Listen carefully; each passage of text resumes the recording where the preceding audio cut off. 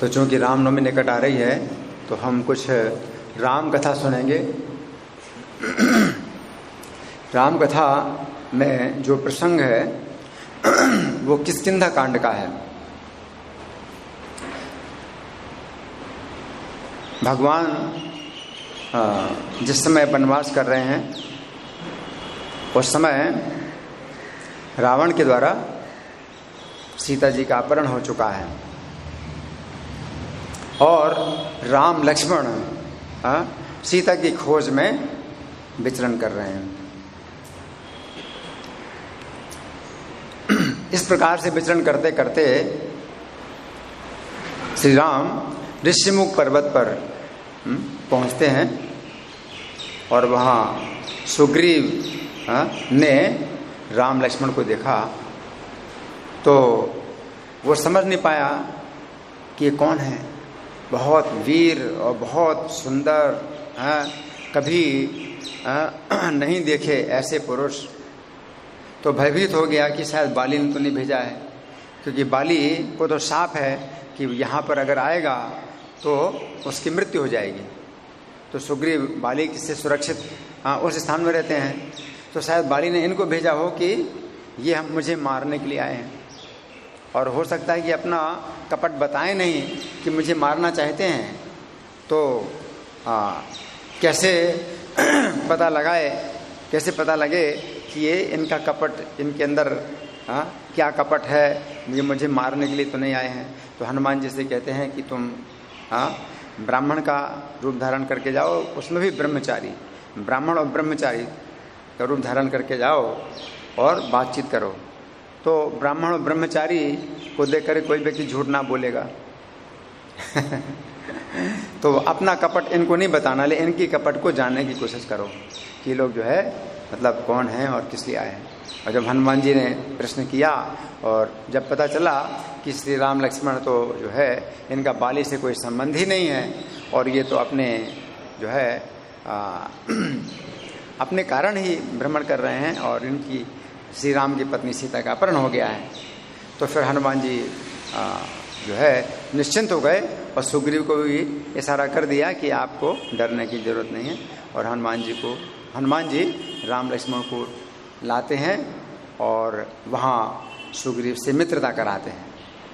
और सुग्रीव ने अपना कष्ट बताया कि उनकी पत्नी, सुग्रीव की पत्नी को बाली ने अपहरण कर लिया है और बाली मुझे मारना चाहता है।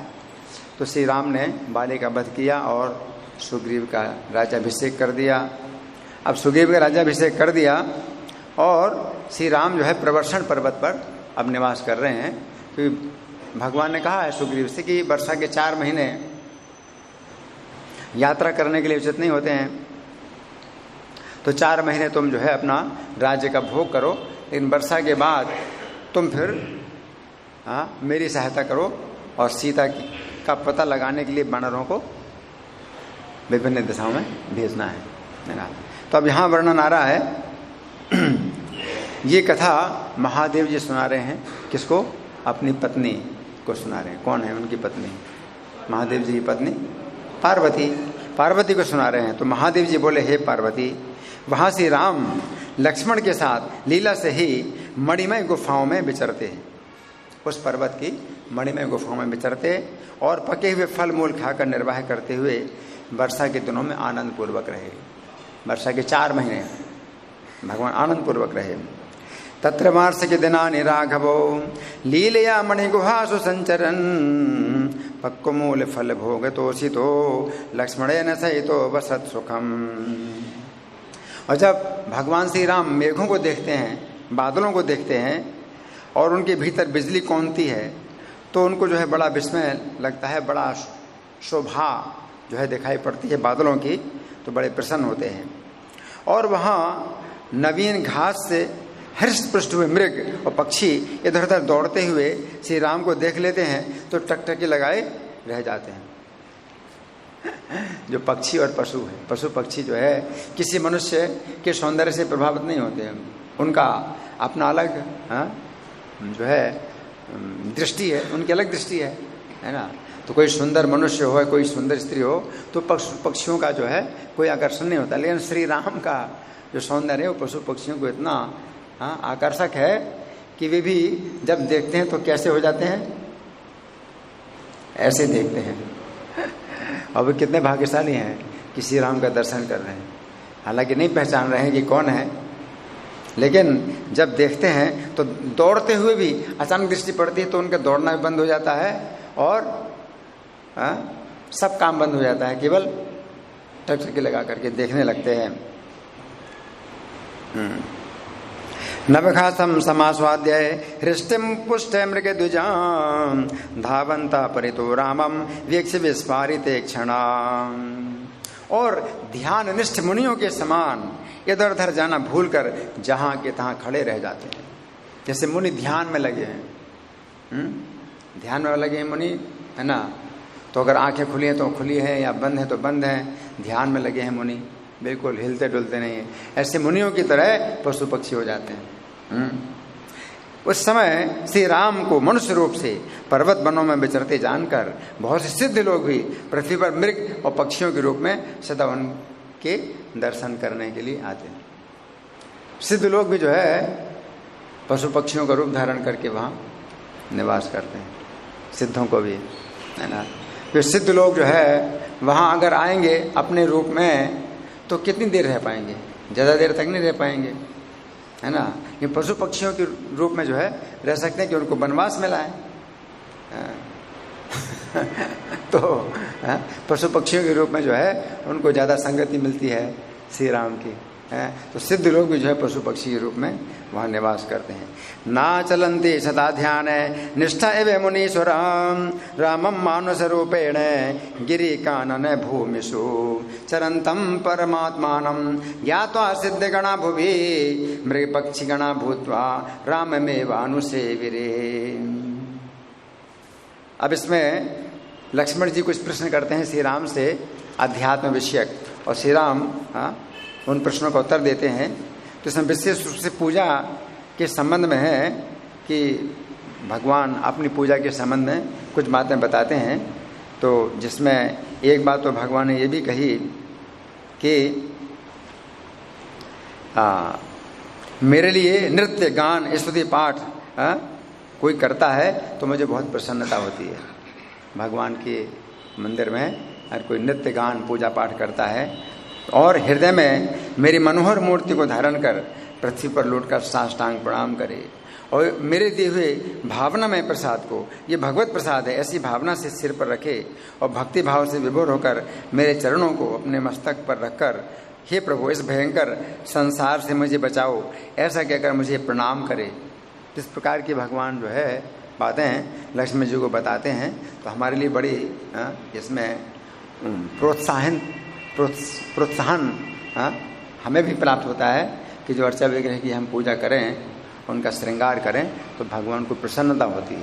भगवान कहते हैं मुझे बहुत प्रिय है मेरे अर्चा विग्रह की कोई पूजा करे, श्रृंगार करे, आरती करे, भोग लगाए, नृत्य करे, गान करे, तो मुझे बहुत प्रिय है। तो इस प्रकार अपने अनन्य भक्त श्री शावतार लक्ष्मण जी के पूछने पर श्री राम ने इस अति उत्तम क्रिया योग का उन्हें उपदेश किया। फिर श्री राम अपनी माया का अवलंबन कर साधारण पुरुषों के समान दुखी से दिखाई देने लगे और हाँ सीते कहते हुए सारी रात यूं ही बिता देते और उन्हें किसी प्रकार नींद नहीं आती है। जैसे श्री चैतन्य के रूप में भगवान राधा भाव में कृष्ण के विरह का अनुभव करते हैं और यहाँ राम अवतार में श्री राम जो है सीता के विरह का अनुभव करते हैं, है ना। इसी समय किष्किंधापुरी में परम बुद्धिमान हनुमान जी ने वानरराज सुग्रीव से एकांत में कहा। अब सुग्रीव तो बहुत कमजोर है, भोगों के सामने सुग्रीव बहुत कमजोर है। उसको भोग प्राप्त हो गए तो अब सब भूल गया कि श्री राम का क्या कष्ट है, श्री राम की क्या व्यथा है, श्री राम की क्या आवश्यकता है, और वर्षा के 4 महीने बीत गए और मुझे क्या करना है। वो भोगों में लग गया सो लग गया। तो सुग्रीव की स्थिति बड़ी कमजोर है। लेकिन हनुमान जी को सब कुछ चिंता है, श्री राम की चिंता है। तो सुग्रीव को याद दिलाते हैं, हनुमान जी सुग्रीव को याद दिलाते हैं। एकांत में सुग्रीव से कहते हैं, हनुमान जी कहते हैं, एतस्मिन्नन्तरे तत्र किष्किन्धायां सुबुद्धिमान् हनुमान प्राह सुग्रीवम् एकांते कपिनायकम्। हे राजन सुनिए, मैं आपके बड़े हित की बात कहता हूं। कौन कह रहे हैं? हनुमान जी। किससे कह रहे हैं? सुग्रीव अपना हित नहीं जानता है, भोगों में इतना डूब गया है कि उसको अपने हित का कुछ याद ही नहीं, ध्यान ही नहीं है कि उसका हित किस में है। हनुमान जी कहते हैं, हे राजन सुनिए, मैं आपके बड़े हित की बात कहता हूं। देखिए, श्री राम ने पहले आपका कितना बड़ा उपकार किया है। सुनो राजन प्रवक्ष्यामि तवैव हितमुत्तमं रामेण ते कृता पूर्वम उपकारो ह्यनुत्तमः। श्री राम ने आपके साथ जो उपकार किया है वो अनुत्तम उपकार किया है।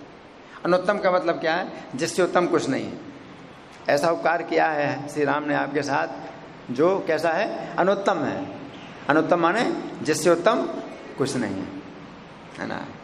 ऐसा श्री राम ने आपके साथ उपकार किया है, किंतु मुझे मालूम होता है कि आप कृतघ्न के समान उससे भूल गए हैं। उसे कहते हैं कृतघ्न। आप मेरे साथ बड़ा उपकार करते हैं और मैं उसको भूल जाऊं और कुछ सोचूं ही नहीं कि मुझे भी आपके प्रति कुछ करना है, आपकी भी कुछ आवश्यकता है, तो मैं क्या कहलाऊंगा? कृतघ्न, है ना? ये कृतज्ञ होता है, उसका उल्टा होता है कृतघ्न। कृत घृणा, घृणा माने नष्ट करे, कृत माने उपकार। तो आपने मेरे साथ उपकार किया, उसको मैं नष्ट कर दिया मैंने, कृतघ्न, है ना? और कृतज्ञ का मतलब है घ्या माने जानने वाला, जो उपकार को जानता है। आपने मेरे साथ उपकार किया, मैं उस उपकार को जानता हूँ, सोचता हूँ कि आपने मेरे साथ उपकार किया है, तो मैं क्या कहलाऊंगा? कृतज्ञ, है ना? तो हनुमान जी क्या कह रहे हैं कि आप कैसे हैं? कृतज्ञ। कृतज्ञ के समान आप भूल गए हैं। अहो, आप ही के लिए उन्होंने बाली को मारा, जो तीनों लोकों में माना जाता था बड़ा बड़ा वीर। तीनों लोकों में वीर जो माना जाता था बाली, उसको आपके लिए श्री राम ने मारा और आपको राजपद पर बैठाया। आपको परम दुर्लभ तारा मिली। वही बुद्धिमान श्री राम अपने भाई के साथ पर्वत शिखर पर रहते हुए अपने भारी कार्य के लिए एकाग्र चित्त से आपके आने की बाट देख रहे हैं। वे इंतजार कर रहे हैं तुम्हारा, एकाग्र चित्त से इंतजार कर रहे हैं। और तुम कैसे हो? बड़े कृतज्ञ हो कि तुम सोचते भी नहीं, तुम्हारा कार्य उन्होंने पहले कर दिया।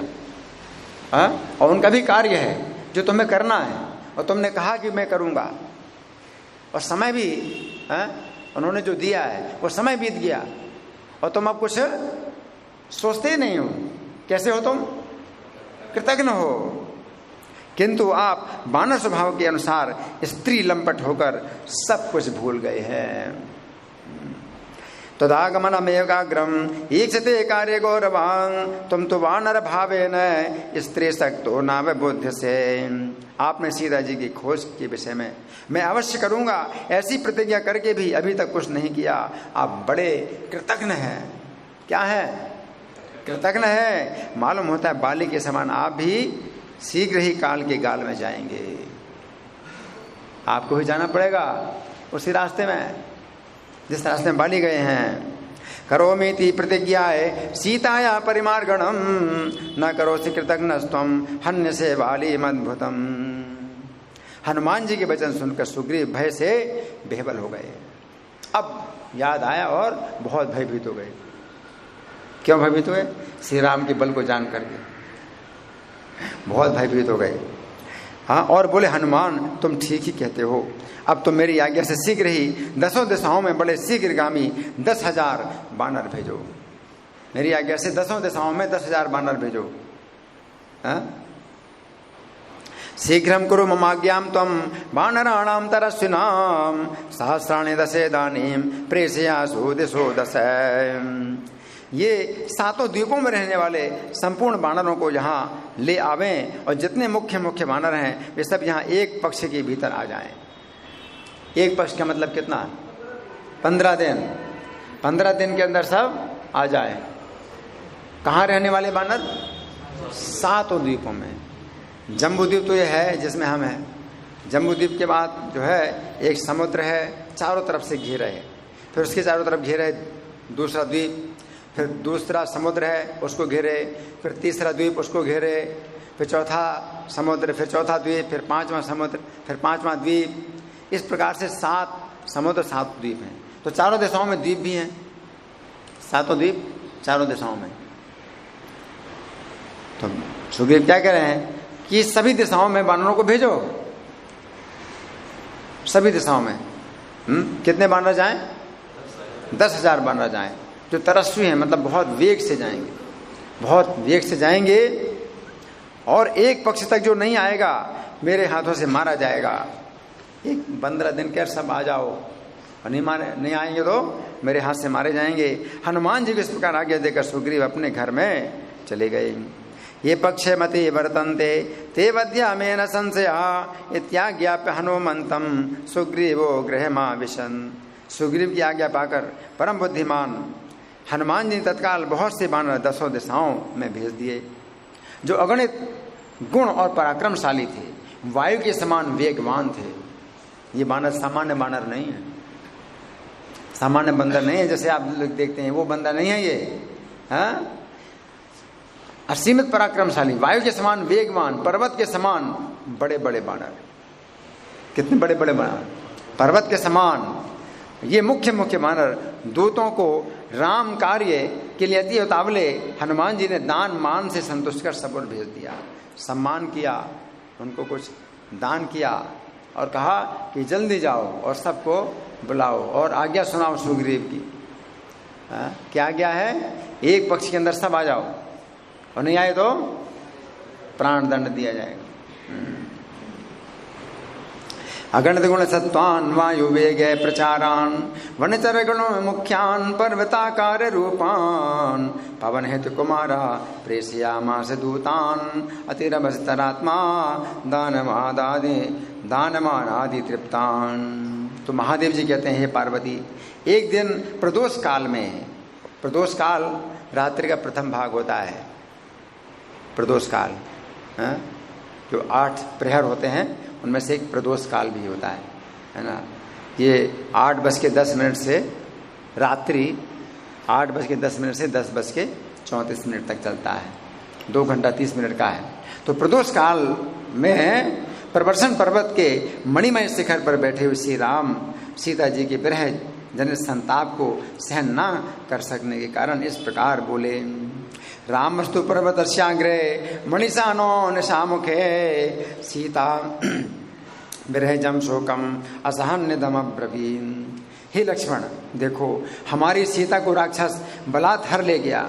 वो सुंदरी जीवित है या मर गई, इसका निश्चय करने के लिए अभी तक कुछ भी पता नहीं चला है। कितनी चिंता,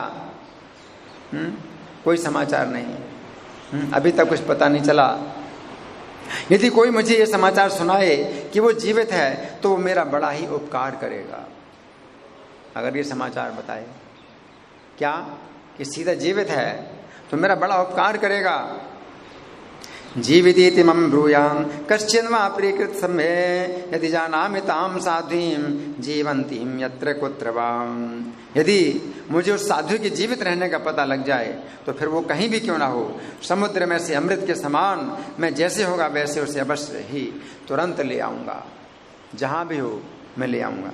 भाई मेरी प्रतिज्ञा सुनो, जो दुष्ट मेरी जानकी को ले गया है उसे पुत्र सेना और वाहनों सहित मैं भस्म कर डालूंगा।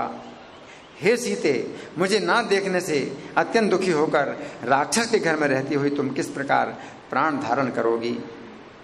हाँ, चंद्रमुखी सीता के बिना तो मुझे चंद्रमा भी सूर्य के समान जान पड़ता है। सूर्य के समान यानी गर्म, चंद्रमा भी मुझे सूर्य के समान गर्म जान पड़ता है। हे चंद्र, तुम अपनी किरणों से पहले जानकी को स्पर्श करो, फिर उन शीतल किरणों से मुझे स्पर्श करना। चंद्रमा से हाय, सुग्रीव भी कैसा निर्दयी हो गया है जो मुझ दुखी की ओर नहीं झांकता है। चंद्र तुम जानकी स्पृष्ट्वा करैर्मां स्पृश शीतल सुग्रीवोऽपि दयाहीनो दुखितम माम न पश्यति। अहो, निष्कंटक राज्य पाकर मद्यपान में आसक्त हुआ वो काम किंकर स्त्रियों से घिरा एकांत में पड़ा रहता है। सुग्रीव क्या है? काम किंकर है, राम किंकर नहीं है, काम किंकर है ना, है ना। या तो आप राम किंकर हैं या फिर काम किंकर। तो सुग्रीव क्या है? काम किंकर है? निष्कंटक राज्य पाकर मद्यपान में आसक्त हुआ, स्त्रियों से घिरा एकांत में पड़ा रहता है। इससे वो स्पष्ट ही बड़ा कृतघ्न देख पड़ता है। राज्यम निष्कंटकम प्राप्य स्त्री भी परिवृतो रहा कृतघ्नो दृश्यते व्यक्तम पानासक्तोति कामुकः। शरद ऋतु का आगमन देखकर भी वो प्राण प्रिया सीता की खोज कराने के लिए नहीं आया। वर्षा के बाद कौन सी ऋतु आती है? शरद ऋतु। तो शरद ऋतु आ गई है, लेकिन वो अब कार्य नहीं कर रहा है। मैंने उसका पहले उपकार किया है, तथापि वो दुष्ट कृतघ्न होकर मुझे भूल गया है। नायाति शरदम पर्शन अपि मार्गयितुम प्रियाम पूर्वोपकारिणम दुष्टः कृतघ्नो विस्मृतो हि माम्। इस प्रकार श्री राम को क्रोध देखकर लक्ष्मण जी बोले, हे राम, आप मुझे आज्ञा दीजिए, मैं अभी जाकर दुष्ट सुग्रीव को मारकर आपके पास लौट आता हूं। लक्ष्मण जी क्या बोले? मुझे आज्ञा दीजिए, मैं अभी उसको मार करके आता हूं, मैं मार देता हूं अभी उसको। ऐसा क्या, हाथ में धनुष और तरकश लेकर लक्ष्मण जी अपने आप ही जाने के लिए उद्यत हो गए। तो श्री राम बोले, वत्स, सुग्रीव मेरा प्यारा मित्र है। भगवान क्या बोले? सुग्रीव मेरा प्यारा मित्र है, तुम उसे मारना मत। केवल ये कहकर कि तुम बाली के समान मारा जाएगा उसे डराना, और फिर शीघ्र उसका उत्तर लेकर आ जाना। तुम डराओ उसको, जरूरी है ना, डराना जरूरी है। कभी कभी डराने से कोई व्यक्ति सुधर जाए तो उतना भी जो है आवश्यक है ना। तो उसको डराओ कि तुम बाली के समान तुम ही मारे जाओगे, और फिर उसका उत्तर लेके आओ मेरे पास। उस समय जो कुछ करना होगा मैं अवश्य वही करूंगा। किंतु भीषय सुग्रीवम बालिवत्वम मनुष्यसे इत्युक्त्वा शीघ्रमादाय सुग्रीव प्रतिभासितम। तब श्री लक्ष्मण जी बहुत अच्छा किया, तुरंत किष्किंधापुरी में आए। उस समय उन्होंने क्रोध से ऐसा उग्र रूप धारण किया मानो संपूर्ण वानरों को भस्म कर डालेंगे। चेहरा तमतमाता हुआ लक्ष्मण जी जो है किष्किंधा में आए। श्री राम सर्वज्ञ है, लक्ष्मी जी सर्वदा उनकी सेवा में रहती, तथापि साधारण स्त्री के वियोग से शोक करते हुए प्राकृत पुरुष के समान वे सीता के शोक से बेहबल हो रहे हैं। वे प्रभु बुद्धि के साक्षी हैं। उन्होंने तो ब्रह्मा जी की वाणी सत्य करने और महाराज दशरथ की को उनकी तपस्या का फल देने के लिए ही मनुष्य रूप से अवतार लिया है। सब लोग माया से मोहित होकर अज्ञान के वशीभूत हो गए हैं, उससे इनका किस प्रकार छुटकारा हो, ये सोचकर भगवान अपनी रामायण नाम की कथा का लोक में विस्तार करने के लिए मनुष्य के समान अनेकों लीलाएं करते हुए समयानुकूल क्रोध, मोह और काम आदि विकारों को स्वीकार करते हैं, किंतु संपूर्ण गुण में अनर्थ दिखाई देते हुए वे विज्ञान स्वरूप हैं। उनके वास्तविक स्वरूप को कोई कोई मुनिजन, जनक आदि राजा लोग, उनकी विशुद्ध चित्त भक्त सदा ठीक ठीक जान पाते हैं। अजन्मा भगवान भक्त की भावना के अनुसार अवतार लेते हैं।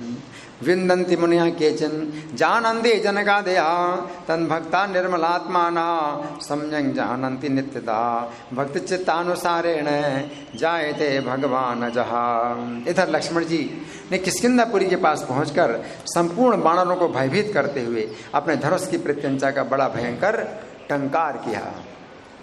बाण नहीं चढ़ाया, टंकार के तो वही बड़ी भयानक आवाज पैदा हुई। लक्ष्मण जी को केवल डराना था, तो वहां आकर के धनुष से टंकार किया, है ना, बिना बाण चढ़ाए। तो वो टंकार बड़ी भयानक उत्पन्न हुई।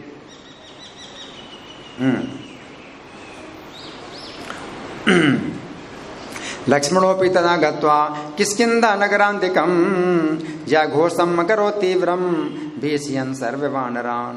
उस समय नगर के परकोटे पर चढ़े हुए कुछ साधारण वानर लक्ष्मण जी को देखकर अपने हाथों में पत्थर और वृक्ष लेकर किलकारी मारने लगे।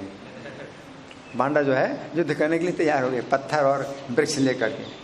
उन बाणों को देखकर और लक्ष्मण जी के नेत्र क्रोध से और लाल हो गए और वे धनुष चढ़ाकर उनका मूल उच्छेद करने के लिए तत्पर हुए। लक्ष्मण जी को और क्रोध आया। तान दृष्ट्वा क्रोधतां राक्षो बाणरान् लक्ष्मणस्तदा निर्मूलान् कर्तुम् उद्युक्तो धनुरान्नम्य वीर्यवान्। तब लक्ष्मण जी को आया जान वहां के मंत्रीवर अंगद तुरंत ही उछलकर आए। उन्होंने सब बाणों को रोककर उनके पास जाकर दंडवत प्रणाम किया। अंगद ने तुरंत लक्ष्मण जी को सब बाणों को रोक दिया कि तुम लोग अपने हाथ से सब फेंक दो, पत्थर वृक्ष सब फेंक दो, और लक्ष्मण जी के सामने दंडवत प्रणाम किया। निवारि वानरान् सर्वान् अंगदो मंत्री सत्तमः गत्वा लक्ष्मण सामीप्यम प्रणनामे सदंडवन्। तब लक्ष्मण जी ने अंगद को हृदय से लगाकर कहा। लक्ष्मण जी अंगद के व्यवहार से बहुत प्रसन्न हुए, हृदय से लगाकर कहा, वत्स तुम अभी जाकर अपने काका सुग्रीव को सूचना दो। सुग्रीव कौन है? अंगद के काका हैं। अपने काका सुग्रीव को सूचना दो कि श्री राम तुमसे अत्यंत क्रुद्ध हैं और उनकी प्रेरणा से मैं यहाँ आया हूँ। ये सुनकर अंगद ने बहुत अच्छा कहा, तुरंत ही सारा समाचार सुग्रीव को सुनाया। मामागतम राघवेण चोदितम रौद्र मूर्तिना तथेति त्वरितम गत्वा सुग्रीवाय निवेदयन्। और बोला कि लक्ष्मण जी क्रोध से नेत्र लाल किए बाहर नगर के द्वार पर खड़े हैं। बड़ा भयानक समाचार है। लक्ष्मण जी क्रोध से लाल नेत्र करके नगर के बाहर खड़े हैं। ये समाचार दिया किसने? अंगद ने। किसको दिया? सुग्रीव को दिया।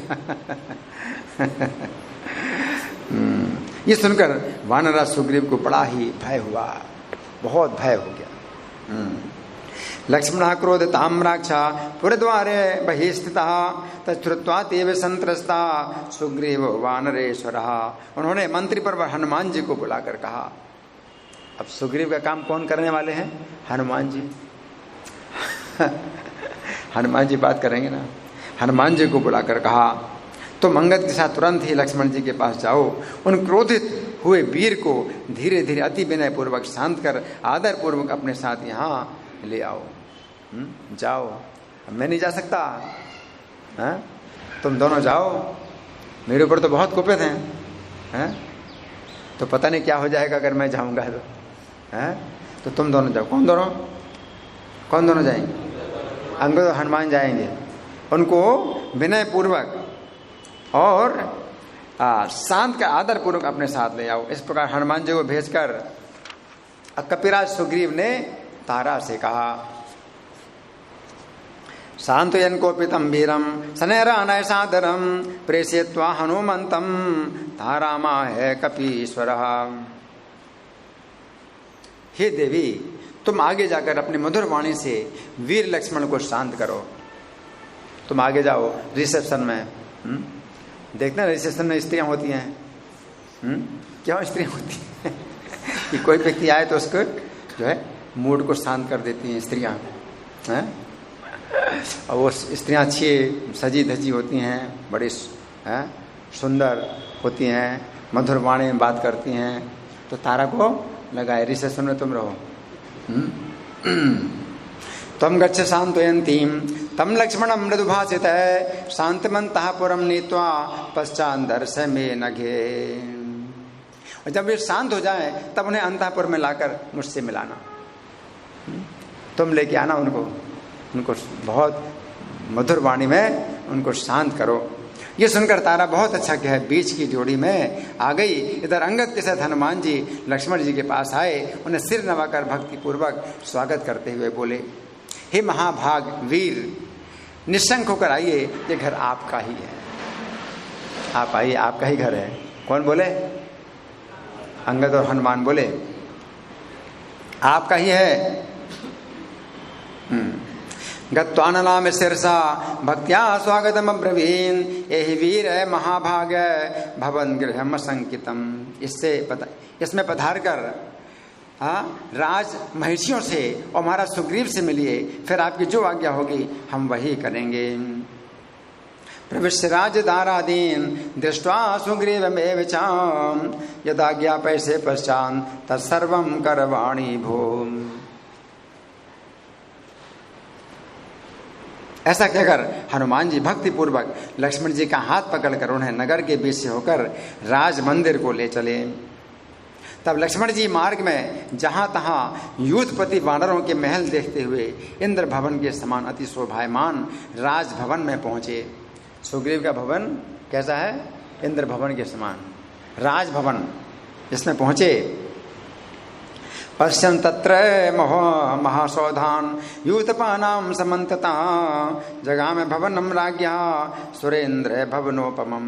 वहाँ बीच की जोड़ी में चंद्रवदना तारा बैठी थी, उस संपूर्ण आभूषणों से विभूषिता थी। उसके नेत्र मद से कुछ अरुण वर्ण के हो रहे थे। वो मधुर भाषणी तारा लक्ष्मण जी को प्रणाम कर मुस्कुराती हुई बोली, आइए देवर। क्या बोली? देवर, आप मेरे देवर हैं। आइए देवर, आपका शुभ हो। आप बड़े साधु स्वभाव और भक्त वत्सल हैं। प्रसन्न करने का ही तरीका है। आप बड़े साधु स्वभाव हैं और भक्त वत्सल हैं। उवाच लक्ष्मणं नत्वा यस्मित् पूर्वाभिभाषणे ये देवर भद्रम ते साधुस्त्वं भक्त वत्सलः। आपने अपने भक्त और अनुगत वानरराज सुग्रीव पर किस कारण इतना कोप किया है? सुग्रीव तो आपके अनुगत हैं, आपके भक्त हैं, आपने किस लिए कोप किया है उनके ऊपर? कौन कह रहे हैं? तारा कह रही है। उसने तो बहुत दिनों से बिना किसी प्रकार का सहारा मिले दुखी दुख भोगा है। वो तो बेचारा बहुत दुख भोग चुका है।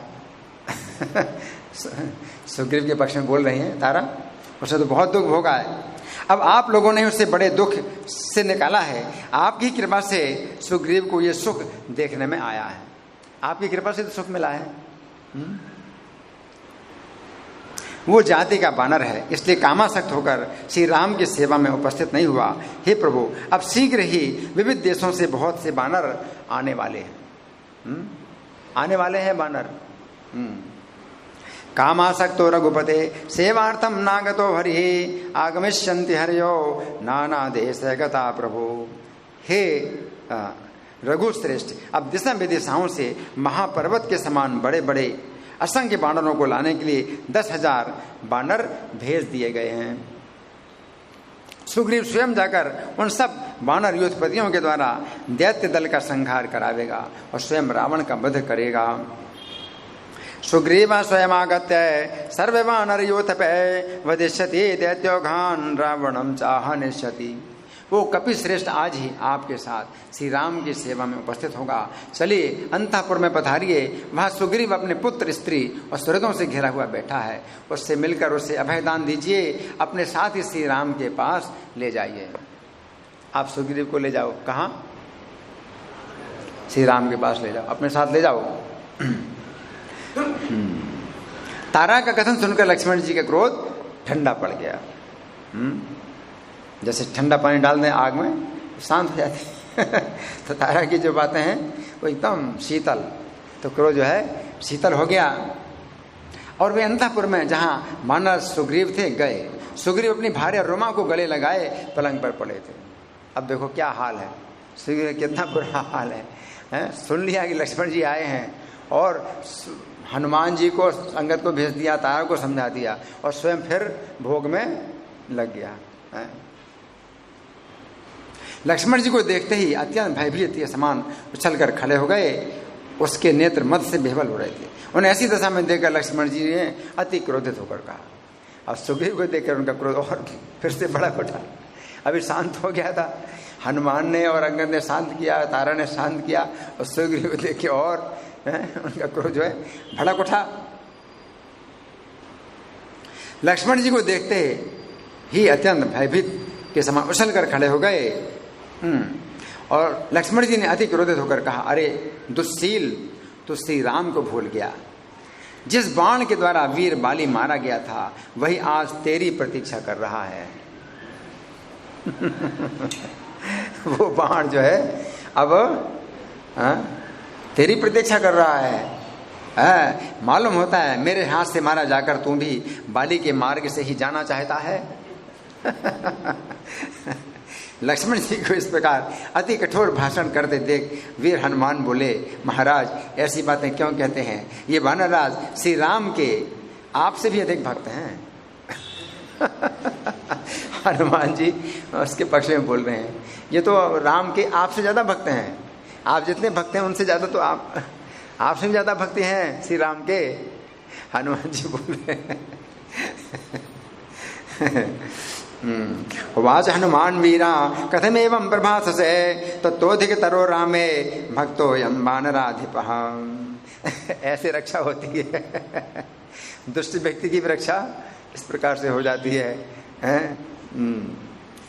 श्री राम के कार्य के लिए ये दिन रात जागते रहते हैं। वो तो सोता रहता है। हनुमान जी कहते हैं श्री राम के कार्य के लिए ये दिन रात जागते रहते हैं, ये उसे भूल नहीं गए हैं। देखिए करोड़ों बानर इसलिए सब ओर से आ रहे हैं। देखिए हनुमान जी ने याद दिलाया था तो लेकिन कह रहे हैं नहीं इनको ही जो है याद है, इनको ही चिंता है। देखो आ रहे हैं बानर। हनुमान जी अपना गुण नहीं बता रहे हैं, इनका ही गुण है। यही जो है चिंता करते हैं। इस प्रकार से सुग्रीव के लिए हनुमान जी बोल रहे हैं। ये सब शीघ्र ही सीता जी को खोजने की जाएंगे और महाराज सुग्रीव श्री राम का सब कार्य भली प्रकार सिद्ध करेंगे। गमिष्यन्त चिरेण वै सीताया परिमार्गणम साधिष्यति सुग्रीवो राम कार्यम अशेषतः। हनुमान जी के वचन सुनकर लक्ष्मण जी लज्जित हो गए। लक्ष्मण जी को लगा कि मैंने बहुत गलत बोल दिया। हनुमान जी अगर बात सही है तो मेरी बात तो बड़ी गलत है, मैंने इसको क्या बोल दिया। तो लक्ष्मण जी लज्जित हो गए। तब सुग्रीव ने अर्घ्य पाद्य आदि से लक्ष्मण जी की पूजा की तथा उनसे गले मिलकर कहा, श्रीमन मैं तो राम का दास हूं, मैं तो राम का दास हूं, काम का दास नहीं हूं, राम का दास हूं, मैं तो राम का दास हूं। उन्होंने मेरी रक्षा की है, वे अपने तेज से आधे क्षण में ही संपूर्ण लोगों को जीत सकते हैं। हे प्रभु मैं तो अपनी बानर सेना के साथ केवल उनका सहायक मात्र हूं। तब लक्ष्मण जी ने भी सुग्रीव से कहा, हे महाभाग मैंने भी प्रणय कोपवश आपसे जो कुछ अनुचित कहा वो मुझे क्षमा करें। लक्ष्मण जी क्षमा मांग रहे। श्री राम वन में अकेले हैं और वे जानकी जी के विरह में अति व्याकुल हैं, अतः हम आज ही वहां चलें। एक एवाति दुखार्तो जानकी विरहात प्रभु तथेति रथ मारोही है लक्ष्मण ने समन्विता। तब सुग्रीव वानरराज सुग्रीव हाँ ठीक है ऐसा कहकर लक्ष्मण जी के सहित रथ में चढ़े। तो वानरों के भी रथ हैं, रथ में चढ़े लक्ष्मण जी के साथ और बानरों के साथ श्री राम के पास चले। उस समय उस सवारी की अपूर्व शोभा थी। भेरी मृदंग आदि नाना प्रकार के बाजे बज रहे थे। महाराज सुग्रीव बैठे रथ में तो भेरी मृदंग बाजे बज रहे। बहुत से रीछ वानर श्वेत छत्र और चमर लिए अत्यंत सुशोभित कर रहे थे। इस प्रकार वानर सुग्रीव बड़े ठाट बाट से नील अंगद हनुमान आदि मुख्य मुख्य वानरों के साथ श्री राम के पास चले। भेरी मृदंग बहुरिक्ष वानरे श्वेतात पत्र विजन से शोभिता नीलांगदाद्य हनुमत प्रधान समावृतो राघव मध्यगाधरी। तो महादेव जी सुना रहे कथा। किसको सुना रहे? पार्वती को। हे पार्वती मृगचर्म और जटा मुकुट से सुशोभित श्री राम। श्री राम की शोभा कैसी है? बहुत सुंदर है। कैसे हैं? मृगचर्म धारण किए शरीर पर, वस्त्र नहीं है, मृगचर्म धारण किए हैं और जटा मुकुट है। मुकुट काय का है? जटाओं का मुकुट है। जटा मुकुट से सुशोभित हैं, विशाल नयन है और मुस्कुराते हुए मनोहर मुखारविंद वाले, श्याम मूर्ति हैं, श्याम शरीर हैं, नहीं शांत मूर्ति, शांत मूर्ति और श्याम शरीर हैं, श्री राम को सीता की विरह व्यथा से संतप्त देखकर मृग और पक्षियों की ओर निहारते हुए गुफा के द्वार पर एक शिलाखंड पर बैठे देख सुग्रीव लक्ष्मण दूर से ही तुरंत रथ से उतर पड़े। अत्यंत भक्तिभाव से श्री राम के चरणों में जा गिरे। दृष्ट्वा रामं समासीनं गुहां द्वारे शिलातले चैलाजनधरं श्यामं जटामौलि विराजितं विशालनयनं शान्तं स्मितचारुमुखाम्बुजं सीताविरह संतप्तं पश्यन्तं मृगपक्षिणः। धर्म के श्री राम ने सुग्रीव को गले लगाकर उनकी कुशल पूछी और अपने पास बिठाकर उनका यथोचित सत्कार किया। तब सुग्रीव ने भक्तिवश अति विनीत होकर श्री राम से कहा, भगवान देखिए वानरों की ये महान सेना आ रही है। प्रभु हिमालय आदि कुल पर्वतों पर उत्पन्न हुए सुमेरु और मंदराचल के समान डील डोल वाले भिन्न भिन्न द्वीप नदी तट और पर्वतों के ऊपर रहने वाले पर्वत के समान अगणित विशालकाय वानर आ रहे हैं। ये सभी देवताओं के अंश से उत्पन्न हुए हैं, इच्छानुसार रूप धारण कर सकते हैं और युद्ध करने में अति कुशल है। ये सब सामान्य वानर थोड़े हैं, देवताओं के अंश से उत्पन्न हुए हैं। असंख्याता समायांति हरिया काम रूपिणः सर्वे देवांश संभूता सर्वे योद्धे विशारदा। हे प्रभु, इनमें से किन्हीं में 1 हाथी का बल है, किन्हीं में 10 हाथी का बल है और किन्हीं में 10,000 हाथियों का बल है और किन्हीं के बल का तो कोई परिमाण ही नहीं कि कितने बलवान हैं ये वानर। देखिए, कोई कज्जलगिरी के समान काले हैं, कोई सोने के समान सुनहरे, किन्हीं का मुख लाल है, किन्हीं के शरीर पर बड़े बड़े बाल हैं, कोई शुद्ध स्फटिक मणि के समान दिखाई देते हैं। स्फटिक मणि यानी कांच के समान रंग वाले भी हैं बंदर।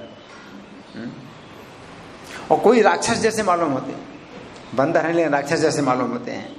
ये सभी वानर युद्ध के लिए अति उतावले हैं, इसलिए गरजते हुए इधर उधर दौड़ रहे हैं। हे प्रभु, ये सब आपकी आज्ञा का पालन करने वाले, फल मूल आदि खाने वाले हैं। तो आपको भोजन के लिए आपको इंतजाम नहीं करना है, अपना भोजन खुद ही करेंगे, फल मूल खाने वाले हैं। ये ऋषियों के अधिपति जाम्बवान बड़े वीर और बुद्धिमान हैं, 1 करोड़ भालुओं के योधपति हैं। कौन?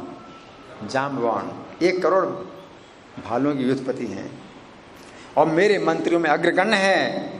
अपने महान बल पराक्रम के लिए सर्वत्र विख्यात ये परम तेजस्वी पवन पुत्र हनुमान जी हैं। ये बुद्धिमानों में श्रेष्ठ हैं और मेरे प्रमुख मंत्री हैं। इनके अतिरिक्त हे राम, नल, नील, गवय, गवाक्ष, गंधमादन, सरभ, मेंदव, गज, पनस, बलीमुख, दधिमुख, सुषेण, तार और हनुमान के पिता केसरी भी मेरे प्रधान योधपति। हनुमान जी के पिता भी मेरे योधपति हैं।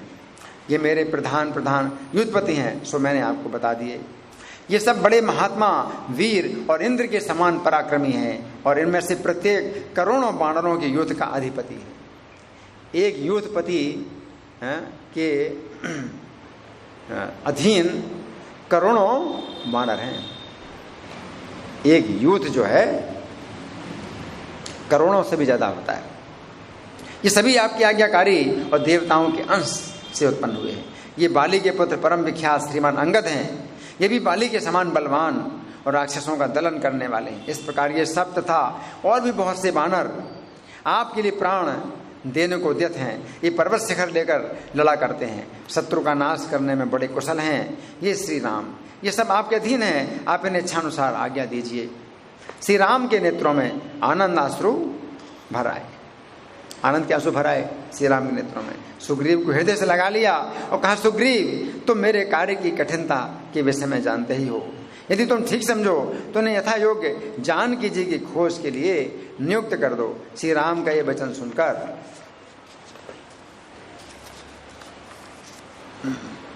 सुग्रीव ने प्रसन्न होकर बहुत से बलवान वानरों को सीता की खोज के लिए भेजा। इस प्रकार तुरंत ही समस्त दिशाओं में अनेकों वानरों को भेजकर दक्षिण दिशा में अधिक प्रयत्न के साथ महाबली युवराज अंगद, जाम्बवान, हनुमान, नल, सुषेण, सरभ, मेंद और द्विविद आदि को भेजा और उनसे इस प्रकार कहा। दक्षिण दिशा में विशेष टीम, दक्षिण दिशा में जो जा रही है वो विशेष टीम है, क्योंकि दक्षिण दिशा में रावण गया है। तो इसमें जो है विशेष लोगों को भेजा है, सभी दिशाओं में भेजा। तो सीता को तो किसी ने नहीं देखा। इतना जानते हैं कि श्री राम की भार्या हैं, परम सुंदरी हैं और बहुत पतिव्रता हैं, कुछ गुण जानते हैं। अब कोई भी सुंदर स्त्री हो तो वो सोचेंगे शायद ये सीता हो सकती है, तो इसी प्रकार से जो है वानर पता लगाएंगे, है ना।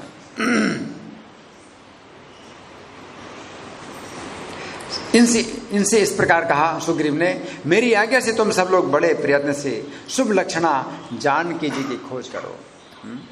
उनके लक्षण बहुत शुभ हैं और 1 मास के भीतर लौट आओ। 1 महीने के अंदर लौट करके आना है। यदि सीता को बिना देखे तुम्हें 1 मास से 1 दिन में देख हो जाएगा तो याद रखो तुम्हें मेरे हाथ से प्राण दंड भोगना पड़ेगा। अगर 1 महीने के अंदर नहीं आए और सीता को बिना देखे और 1 महीने से ज्यादा लग गया तो प्राण दंड मिलेगा। उन महापराक्रमी वानरों को इस प्रकार भेजकर सुग्रीव श्री राम को प्रणाम कर उनके पास बैठे। उस समय हनुमान को जाते देख श्री राम ने कहा, हे कपिश्रेष्ठ, तुम मेरी ये अंगूठी ले जाओ, इस पर मेरे नाम अक्षर गुदे हुए हैं, इससे अपने परिचय के लिए तुम एकांत में सीता जी को देना। हे कपिश्रेष्ठ, तुम इस कार्य में तुम ही समर्थ हो, मैं तुम्हारा बुद्धि बल अच्छी तरह जानता हूँ। अच्छा जाओ, तुम्हारा मार्ग कल्याणमय हो। इस प्रकार सुग्रीव के भेजे हुए अंगद आदि वानर सीता जी की खोज करते हुए पृथ्वी पर जहां तहां विचरने लगे। घूमते घूमते उन्हें विंध्याचल के गहन वन में एक पर्वताकार भयंकर राक्षस दिखाई दिया, जो जंगल के मृग और हाथियों को पकड़ पकड़ कर खा रहा था। कितना बड़ा राक्षस था, जंगल के मृग और हाथियों को पकड़ पकड़ के खा रहा था। कुछ वानरों ने यह समझकर यही रावण है, बड़ा किलकिला शब्द करते हुए उसे एक क्षण में ही घूंसों से मार डाला। फिर ये रावण नहीं है ऐसा कहते हुए वे एक दूसरे घोर वन में गए। इतनी जल्दी मर गया तो ये रावण नहीं है। वहां उन्हें बड़ी प्यास लगी किंतु जल कहीं दिखाई नहीं देता था। उस भयंकर वन में घूमते घूमते उनके कंठ, ओठ और तालु सूख गए। तब उन्होंने वहां तृणगुल्म लता से ढकी एक विशाल गुहा देखी। उसमें से उन्होंने भीगे हुए पंखों वाले क्रौंच हंसों को निकलते देखा। गुफा से निकल रहे हैं भीगे पंखों वाले। तब ये कहकर कि चलो इस गुहा में चलें, इसमें अवश्य जल होगा। सबसे आगे हनुमान जी ने उसमें प्रवेश किया। उनके पीछे अन्य सब वानर भी एक दूसरे की बाहें में बाहें डालकर उसमें घुस गए। अंधेरा है ना, तो हनुमान जी सबसे आगे गए और फिर पीछे सब एक दूसरे पकड़े पकड़े अंदर गए। बहुत दूर तक अंधकार में जाने के बाद उन वानरों ने देखा कि वहां मणि के समान स्वच्छ जल से पूर्ण कई सरोवर हैं। उनके पास ही पके फलों के भार से झुके कल्पतरु के समान सुंदर वृक्ष हैं जिनमें शहद के छत्ते लगे हुए हैं। पास ही मणिमय वस्त्र अलंकारों से युक्त दिव्य भोजन की सामग्रियों से पूर्ण निर्जन भवन है। भोजन की सामग्री से भरे हैं और कोई उन महलों में नहीं है, ये भोजन की सामग्रियां भरी पड़ी हैं। उनमें से एक दिव्य भवन में उन्होंने अति आश्चर्यचकित हो एक रमणी को अकेली सुवर्ण सिंहासन पर विराजमान देखा। वो सुंदरी एक योगिनी थी। अपने तेज से वो उस स्थान को प्रकाशित कर रही थी। शरीर पर चीर वस्त्र धारण किए उस समय ध्यान कर रही थी। उस महाभागा युवती को देखकर वानरों ने भय और प्रीति से प्रणाम किया। तब उस देवी ने उनकी ओर देखकर कहा, तुम लोग क्यों और कहां से आए हो? तुम किसके दूत हो? मेरे स्थान को क्यों भ्रष्ट कर रहे हो? ये सुनकर हनुमान जी ने कहा, देवी मैं आपसे सब वृत्तांत बताता हूँ। परम ऐश्वर्य संपन्न महाराज दशरथ अयोध्या के अधिपति थे। उनके ज्येष्ठ पुत्र श्री राम नाम से विख्यात हैं। ये अपने पिता की आज्ञा मानकर अपनी भार्या और छोटे भाई के सहित वन में आए थे। यहाँ उनकी परम साध्वी पत्नी को दुरात्मा रावण हर ले गया। तब वे अपने अनुज के सहित सुग्रीव के पास आए। सुग्रीव ने उनसे मित्र भाव हो जाने के कारण हमें आज्ञा दी है कि तुम लोग राम की प्राण प्रिया की खोज करो। अतः हम वहीं से आए हैं। यहाँ वन में जानकी को ढूंढते ढूंढते हमें जल की आवश्यकता हुई, इसलिए हम इस भयंकर कंदला में घुसे देव योग से यहाँ आ गए। हे शोभे, आप यहाँ किस लिए रहती हैं और कौन है ये हमें बताइए। ये सब देखकर उस योगिनी को बड़ा हर्ष हुआ। वो बाणों से बोली, पहले तुम इच्छानुसार फल मूल आदि खाकर अमृत में जल पान करो, फिर मेरे पास आना, तब मैं आरंभ से तुम्हें अपना सब वृत्तांत सुनाऊंगी। तब उन बानरों ने बहुत अच्छा कहकर यथेष्ट फल मूल आदि खाकर जल पिया। फिर प्रसन्न चित्त से उस देवी के पास आकर हाथ जोड़कर खड़े हो गए। तब वो दिव्य योगिनी हनुमान जी से कहने लगी, पूर्व काल में विश्वकर्मा की हेमा नाम वाली एक दिव्य रूपणी पुत्री थी। कौन थी? विश्वकर्मा की पुत्री हेमा नाम की। उस सुंदरी ने अपने नृत्य से महादेव जी को प्रसन्न किया। प्रसन्न होने पर शंकर जी ने उसे विशाल दिव्य नगर दिया। वहां ये सुंदर दांतों वाली हजारों वर्ष रही। मैं उसकी सखी दिव्य नामक गंधर्व की पुत्री हूँ। मेरा नाम स्वयं प्रभा है। मुझे मोक्ष की इच्छा है, अतः मैं सर्वदा विष्णु भगवान की उपासना में तत्पर रहती हूँ। पूर्व काल में जब वो ब्रह्मलोक को जाने लगी तब उसने मुझसे कहा कि तू सब प्रकार के प्राणियों से रहित इस स्थान में ही रहकर तपस्या कर। त्रेता युग में साक्षात नारायण राजा दशरथ के यहाँ जन्म लेकर पृथ्वी का भार उतारने के लिए वन में विचरेंगी। त्रेता युग आएगा कभी, मतलब कितने युगों से वो देवी है यहाँ पर है। तो उसने जो विश्वकर्मा की पुत्री थी हेमा, वो ब्रह्मलोक को जा रही है। उसने कहा कि त्रेता युग में भगवान राम जो है अवतार लेंगे। उनकी भार्या को ढूंढते हुए कुछ वानर तेरी गुहा में आएंगे। उनका भली प्रकार सत्कार कर तू श्री राम की प्रयत्न पूर्वक वंदना स्तुति करके भगवान विष्णु के नित्य धाम को चली जाएगी, जो योगियों को ही प्राप्त होता है। अतः अब मैं तुरंत ही श्री राम का दर्शन करने के लिए जाना चाहती हूँ। तुम लोग अपनी अपनी आंखें मूंद लो, अभी गुफा के बाहर पहुंच जाओ। क्या करो? आंखें मूंद लो। लेकिन आप लोग आंखें नहीं मूंदना। आप लोग आंखें नहीं मूंदो। उसने बानरों से कहा कि तुम लोग आंखें मूंद लो तो गुफा के बाहर पहुंच जाओगे। और मैं कहाँ जाऊंगी? मैं श्री राम के पास जाऊंगी। उन्होंने ऐसा ही किया। तुरंत ही पहले वन में आ गए। इधर वो योगिनी भी उस गुहा को छोड़कर श्री राम के पास आई। वहाँ सुग्रीव और लक्ष्मण जी के सहित उनका दर्शन किया। तो कथा तो बहुत लंबी है, तो हम यहीं पर ही विश्राम देंगे इस कथा को। तो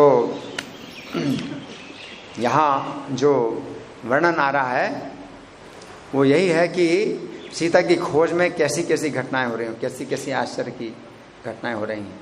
और वो भी पहले से निश्चित था, हैं, कई युगों पहले से निश्चित था। कोई स्त्री है, वो कई युगों से वहाँ पर तपस्या कर रही है और उसको पता चला कि अब वो समय आ गया है, अब मेरा वैकुंठ जाने का समय आ गया है।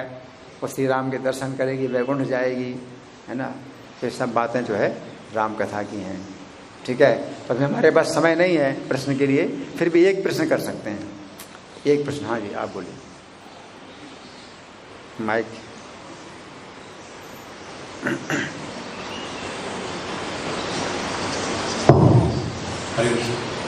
ये रामायण जैसे खम्म रामायण, अलग अलग रामायण, तुलसीदास रामायण, वाल्मीकि रामायण, इनमें अंतर ये है कि जो राम कथा पुराणों में प्राप्त होती है, तो प्रत्येक पुराण में राम कथा है, तो वो सब प्रामाणिक है। लेकिन अंतर अगर कथा में आता है तो वो कल्प भेद का है।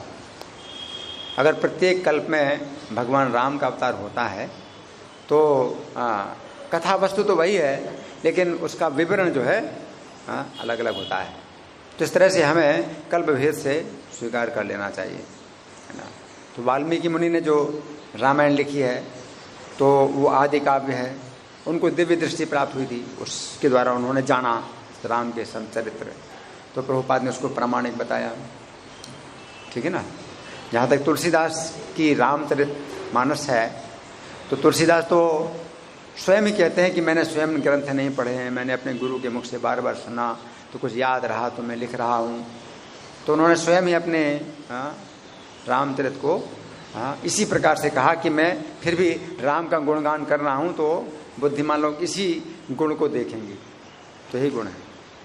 जहाँ तक प्रामाणिकता की बात है, तो वो जो है हमारे लिए वाल्मीकि रामायण या और जो दूसरी रामायणें हैं जो पुराणों में प्राप्त होती हैं वो है। ठीक है, धन्यवाद। श्री राम कथा महामहोत्सव की, श्रील प्रभुपाद की, राधिका रमण जगन्नाथ सुभद्रा बलदेव गौर निताई कृष्ण बलराम की।